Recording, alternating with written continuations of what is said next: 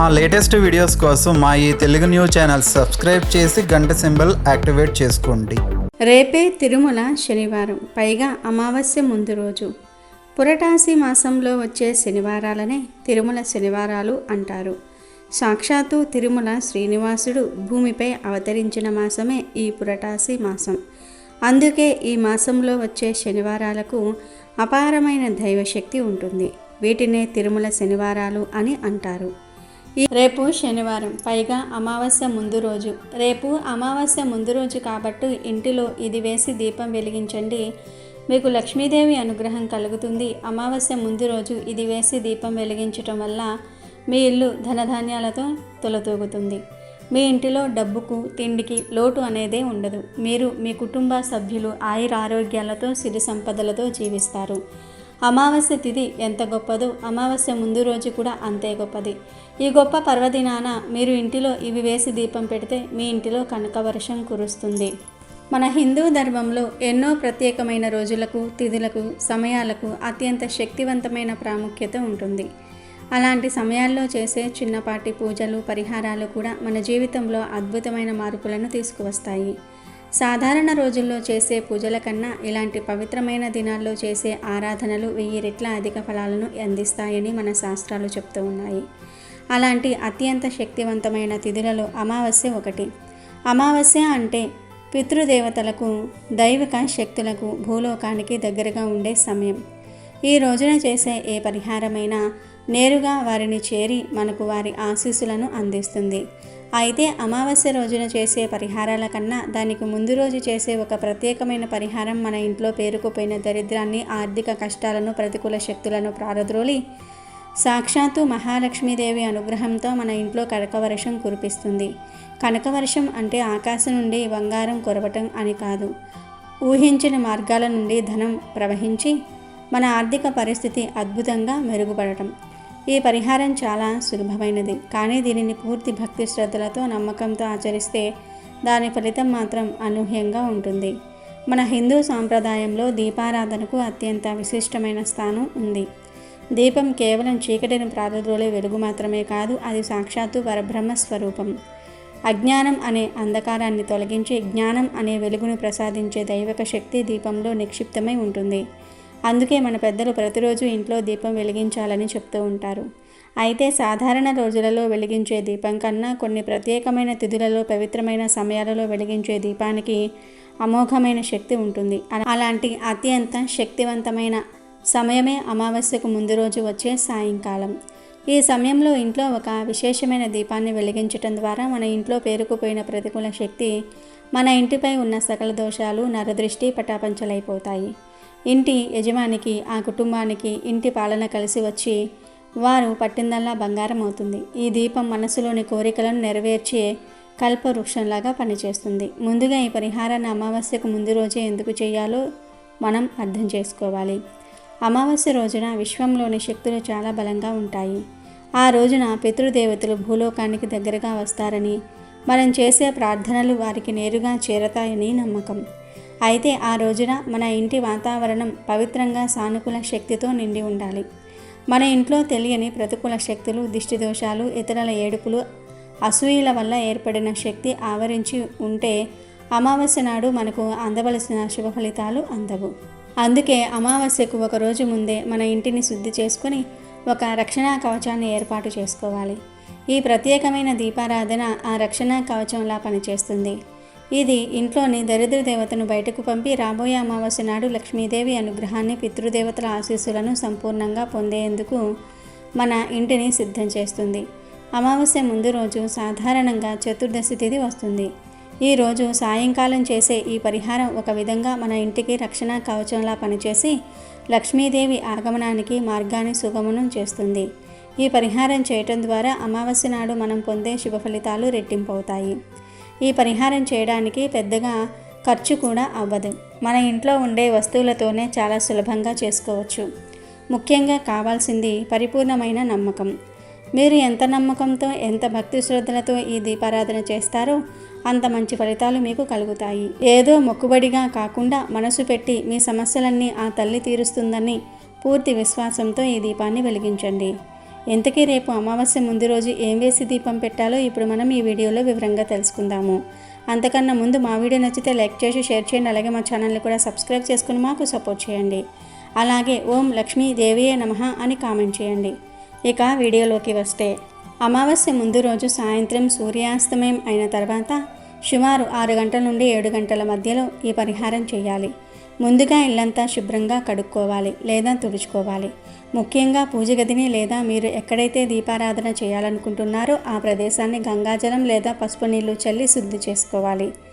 తర్వాత మీరు కూడా తలస్నానం చేసి శుభ్రమైన వస్త్రాలు ధరించాలి. ఈ పరిహారం చేసేటప్పుడు మనసు ప్రశాంతంగా ఉండాలి. ఎలాంటి ప్రతికూల ఆలోచనలు మనసులోనికి రానియకండి. ఈ పరిహారం చేసే ముందు మీకు కావాల్సింది సంపూర్ణమైన నమ్మకం. ఈ దీపం నా కష్టాలన్నీ తీరుస్తుంది, నా ఇంట్లోకి లక్ష్మీదేవిని తీసుకువస్తుందన్న ప్రగాఢ విశ్వాసంతో చేయండి.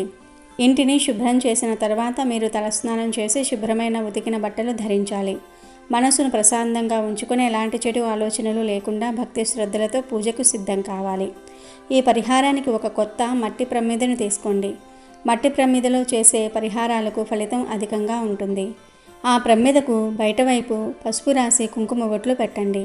ఇప్పుడు ఆ ప్రమిదలో అడుగు భాగంలో గల్లులుప్పును వేయండి. పొడి ఉప్పు కాకుండా రాళ్ల ఉప్పు లేదా గల్లులుప్పును మాత్రమే వాడాలి, ఎందుకంటే దీనికే ఎక్కువ శక్తి ఉంటుంది. ఆ ఉప్పు మీద సాక్షాత్తు లక్ష్మీదేవి స్వరూపమైన ₹1 బిళ్ళను పెట్టండి. రూపాయి బిళ్ళను ఉంచడం ద్వారా ధనాకర్షణ కలుగుతుంది. ఇప్పుడు ఆ రూపాయి బిళ్ళ మీద చిటికెడు పసుపు వేయండి. పసుపు సర్వమంగళకారి, శుభానికి సంకేతం. ఇప్పుడు ఆ ప్రమిదను ఆవు నెయ్యితో కానీ లేదా నువ్వుల నూనెతో కానీ నింపండి. ఆర్థిక సమస్యలు తీవ్రంగా ఉన్నవారు, శనిదోషాలతో బాధపడేవారు నువ్వుల నూనె వాడటం చాలా మంచిది. అప్పుల బాధల నుండి విముక్తి కలిగిస్తుంది. తర్వాత 2 కాటన్ ఒత్తులను తీసుకుని వాటిని కలిపి ఒకే ఒత్తిగా చేసి దీపంలో వేయండి. ఈ దీపాన్ని మీ ఇంటి ప్రధాన ద్వారం వద్ద, అంటే సింహద్వారం దగ్గర బయటవైపు వెలిగించాలి.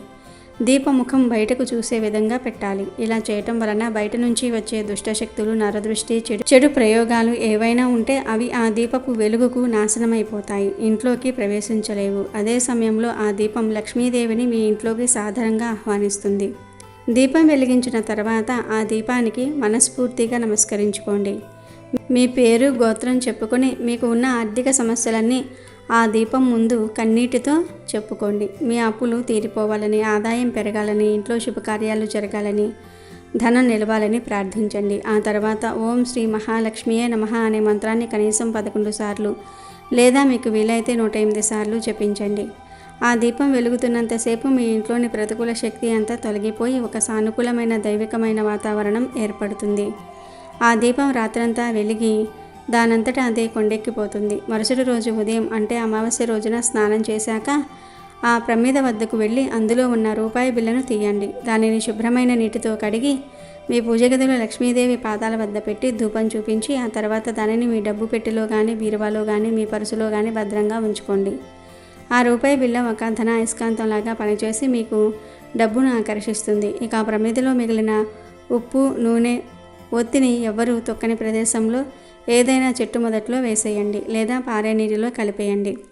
మన వంటగదిలో ఉండే సాధారణ ఉప్పు కేవలం రుచికి మాత్రమే కాదు, మన జీవితాలను మార్చే అద్భుతమైన శక్తిని కలిగి ఉంటుంది. హిందూ సాంప్రదాయంలో ఉప్పును చాలా పవిత్రంగా భావిస్తారు. దీని వెనుక ఒక బలమైన పౌరాణిక కారణం ఉంది. దేవతలు, రాక్షసులు అమృతం కోసం క్షీరసాగర మదనం చేసినప్పుడు ఆ సముద్రం నుండి సంపదలకు అధిపతి అయిన శ్రీ మహాలక్ష్మీదేవి ఉద్భవించింది. అదే సముద్రం నుండి ఉప్పు కూడా లభిస్తుంది. ఈ కారణంగా ఉప్పును సాక్షాత్తు లక్ష్మీదేవి యొక్క అంశగా, ఆమె సోదరిగా పరిగణిస్తారు. అందుకే ఎక్కడైతే ఉప్పు ఉంటుందో అక్కడ లక్ష్మీదేవి కొలువై ఉంటుందని, సిరి సంపదలకు లోటు ఉండదని ప్రగాఢంగా నమ్ముతారు. గృహప్రవేశం చేసేటప్పుడు కొత్త ఇంట్లోకి మొట్టమొదట ఉప్పును తీసుకువెళ్ళడానికి కారణం కూడా ఇదే. ఉప్పుతో పాటు లక్ష్మీదేవిని కూడా ఇంట్లోకి ఆహ్వానిస్తున్నామని దీని అర్థం. శాస్త్రీయంగా చూసిన ఉప్పుకు పరిహారాలలోని తేమను, ప్రతికూల శక్తులను తనలోనికి గ్రహించే గుణం ఉంది. అందుకే వాస్తుశాస్త్రంలో ఉప్పుకు ఎంతో ప్రాధాన్యత ఇచ్చారు. ఇంట్లోని ఏదైనా మూలల్లో ఒక గాజు గిన్నెలో రాళ్ళ ఉప్పును ఉంచితే అది ఆ ప్రదేశంలోని నెగిటివ్ ఎనర్జీని, వాస్తు దోషాలను తొలగించి సానుకూల వాతావరణాన్ని సృష్టిస్తుంది. ఎవరికైనా నరదృష్టి తగిలిందని అనుమానం వస్తే గుప్పెడు ఉప్పుతో దిష్టి తీసి నీటిలో కలపటం మనకు తెలిసిన విషయమే. ఇది కేవలం మూఢనమ్మకం కాదు, ఆ వ్యక్తి చుట్టూ ఉన్న చెడు శక్తిని ఉప్పు తనలోనికి లాగేసుకుంటుందన్న నమ్మకం. తరచుగా అనారోగ్యాలతో బాధపడేవారు, మానసిక ఒత్తిడి ఎక్కువగా ఉన్నవారు స్నానం చేసే నీటిలో కొద్దిగా గల్లులుప్పు వేసుకుని స్నానం చేస్తే వారి శరీరం తేలికపడి మనసు ప్రశాంతంగా మారుతుంది. ఆర్థిక ఇబ్బందుల నుండి బయటపడడానికి ఒక ఎర్రటి వస్త్రంలో కొద్దిగా రాళ్ళ ఉప్పును మూటకట్టి బీరువాలో లేదా డబ్బు దాచే ప్రదేశంలో ఉంచితే ధనానికి లోటు ఉండదని, లక్ష్మీదేవి అనుగ్రహం కలుగుతుందని చెప్తూ ఉంటారు. అందుకే ఉప్పును చేతికి అందించకూడదని, నేరుగా కింద పెట్టాలని పెద్దలు చెప్తూ ఉంటారు. ఎందుకంటే లక్ష్మీ స్వరూపమైన ఉప్పుని చేతికి ఇవ్వటం వల్ల మన ఇంట్లోని ఐశ్వర్యం కూడా ఇతరులకు వెళ్ళిపోతుందని ఒక నమ్మకం. ముఖ్యంగా శుక్రవారం నాడు ఉప్పును కొనటం వల్ల ఇంట్లో సంపద వృద్ధి చెందుతుందని చాలామంది విశ్వసిస్తారు. ఇలా ఉప్పు మన జీవితంలోని ప్రతికూలతలను తొలగించి ఆరోగ్యాన్ని, ఐశ్వర్యాన్ని, ఆనందాన్ని నింపటంలో ఒక శక్తివంతమైన సాధనంగా పనిచేస్తుంది. ఈ చిన్న పరిహారాన్ని శ్రద్ధగా, నమ్మకంతో ఆచరించి చూడండి. ఫలితాలు మిమ్మల్ని ఆశ్చర్యపరుస్తాయి. కొన్ని రోజుల్లోనే మీ ఆర్థిక స్థితిలో గణనీయమైన మార్పులను గమనిస్తారు. అనవసరమైన ఖర్చులు అదుపులోనికి వస్తాయి.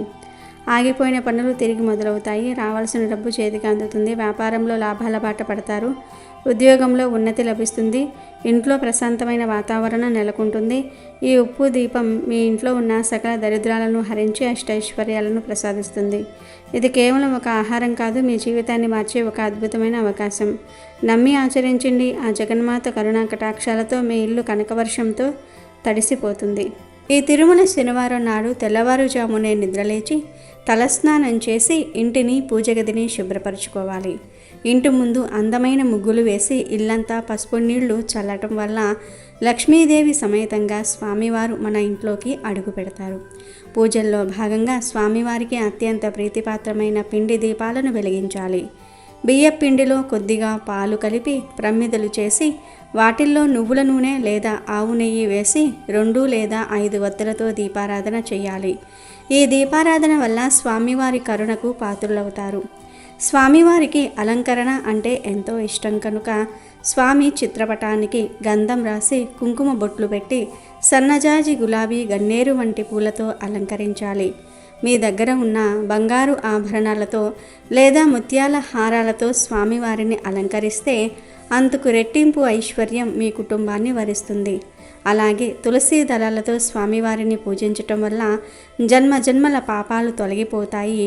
అయితే శనివారం నాడు తులసిని తుంచరాదు కాబట్టి పూజకు కావలసిన ఆకులను శుక్రవారమే సిద్ధం చేసుకోవాలి.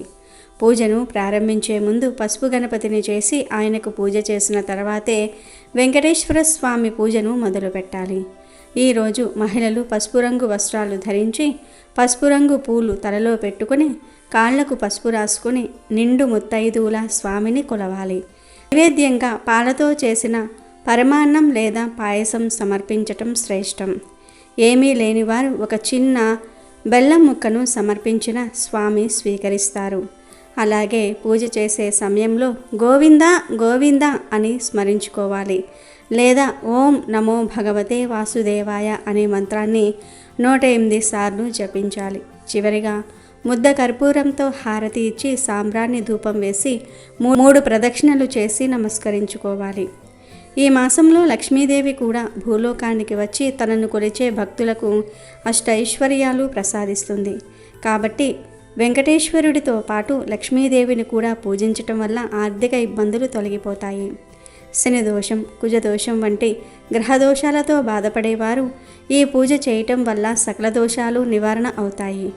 ఈ 4 శనివారాలలో వీలు కాకపోయినా కనీసం ఒక్క శనివారమైనా ఈ విధంగా భక్తితో స్వామివారిని పూజిస్తే చాలు, మీ కష్టాలన్నీ కూడా తొలగిపోతాయి.